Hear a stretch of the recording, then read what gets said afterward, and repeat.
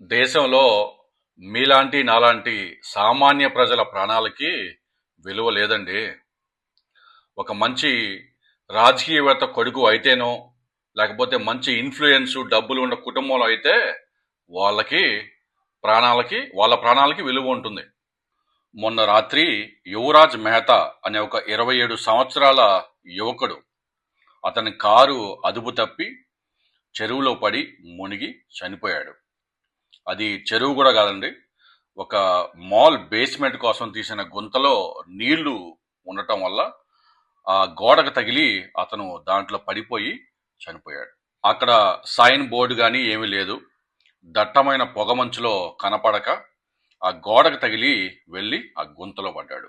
సరే, పడిపోయిన ఆ యువకుడే పోలీసులకి, ఫైర్ బ్రిగేడ్కి, ఎన్డీఆర్ఎఫ్కి, ఎస్డీఆర్ఎఫ్కి, వాళ్ళ నాన్నగారికి కూడా కాల్ చేస్తే పోలీసులు పావుగంటలో చేరుకున్నారు.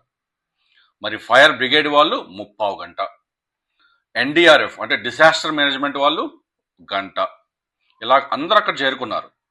అంటే అక్కడ జనాలు లేక కదండి, అక్కడ దాదాపు 80 నుంచి 100 మంది ఉన్నారు. అయినా ఎవరు అతన్ని రక్షించే ప్రయత్నం చేయలేదు. వాళ్ళు చెప్పిన రీజన్స్ అంటే నీళ్లు చల్లగా ఉన్నాయని, చాలా చలిగా ఉందని, లేకపోతే కింద ఐరన్ రాడ్స్ ఉన్నాయని, ఇలాగా ఎన్నో సాకులు. రాత్రి 2 గంటల నుంచి దాదాపు 1.5-2 గంటలు ఆ కారు మీద నించొని ఫ్లాష్ లైట్ ఆన్ చేసి ప్రాధేయపడతా ఉన్నాడు, నన్ను కాపాడమని. కానీ ఎవ్వరూ అతన్ని కాపాడలేకపోయినారు.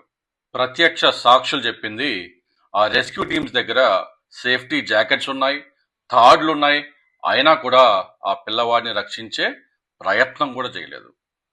ఎంత దారుణం అండి! అసలు రెస్క్యూ టీములు, డిసాస్టర్ మేనేజ్మెంట్ పనే అది కదా. ప్రజల్ని విపత్తుకరమైన పరిస్థితుల నుండి, డేంజరస్ పరిస్థితుల నుండి కాపాడటం కదా వాళ్ళ పని. ఇంకేందండి మీరు చేసేదే? కాబట్టి అందుకే చెప్తా ఉన్నాను, మీ ప్రాణాలు మీదే బాధ్యత. గవర్నమెంట్లు ఏమీ చేయవు, సామాన్య ప్రజలకు ఏమీ చేయవు. అదే మీ వీధిలోకి రేపు ఒక మంత్రో, ఒక సీఎంఓ ఒక మంచి పొజిషన్లో ఉన్నాయని వస్తున్నానంటే అసలు ఆ రోడ్డు తయారు చేసి, బ్లీచింగ్ పౌడర్లు చేసి చక్కగా రంగరంగ వైభవంగా తయారు చేస్తారు. కానీ సామాన్య ప్రజల ప్రాణాలకి విలువ లేదు. ఒక్కసారి ఊహించుకోండి, ఆ తండ్రికి అతను ఒక్కగానొక్క బిడ్డ, సాఫ్ట్వేర్ ఇంజనీరు. అక్కడ ఉన్న వాళ్ళందరినీ ప్రాధేయపడ్డాడు కాపాడమని. నన్నైనా దించండి, నేను పోతాను నా బిడ్డ కోసం అని ప్రాధేయపడ్డాడు. కానీ ఎవరు పట్టించుకోలేదు, తమాషాలు చేసినారు, కాలక్షేపం చేసి అతని ప్రాణాలు కోల్పోయేలాగా చేసినారు. ఒక తండ్రి తన కళ్ళ ఎదుటే 1.5-2 గంటల సేపు తన కన్న బిడ్డ ప్రాణాలు కాపాడమని అరుస్తూ ప్రాణాలు కోల్పోయే దృశ్యం ఎంత హృదయ విదారకం అండి. నేను మీకు ఒక న్యూస్ చెప్పడానికి ఈ వీడియో చేయట్లేదండి. అంటే నాకు ఒక ఫ్యామిలీ ఉంది. గవర్నమెంట్ ఎన్నో మంచి పనులు చేయొచ్చు, కానీ ఇది కరెక్ట్ కాదు. అంటే బీజేపీ లాంటి పార్టీకి ఎలక్షన్స్ ఖర్చుకి 5,900 కోట్లు ఉంటాయి.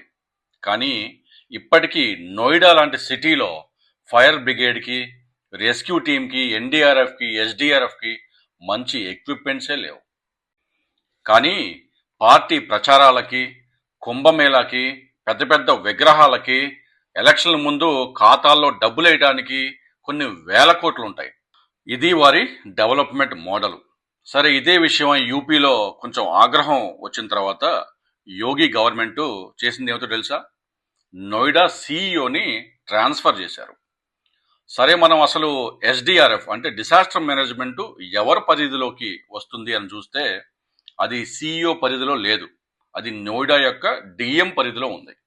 మరి డిఎం ట్రాన్స్ఫర్ చేయకుండా సీఈఓని ఎందుకు ట్రాన్స్ఫర్ చేసినారు అని చూస్తే అక్కడ ఉన్న డిఎం పేరు మేధా రూపం. ఆమె ఎవరంటే మన భారతదేశ chief election commissioner Gyanesh Kumar వాళ్ళ కూతురు, కన్న బిడ్డ. ఇది మన దేశం యొక్క ప్రస్తుత పరిస్థితి. ఇది ప్రజల్లోకి తీసుకెళ్లే బాధ్యత మీది.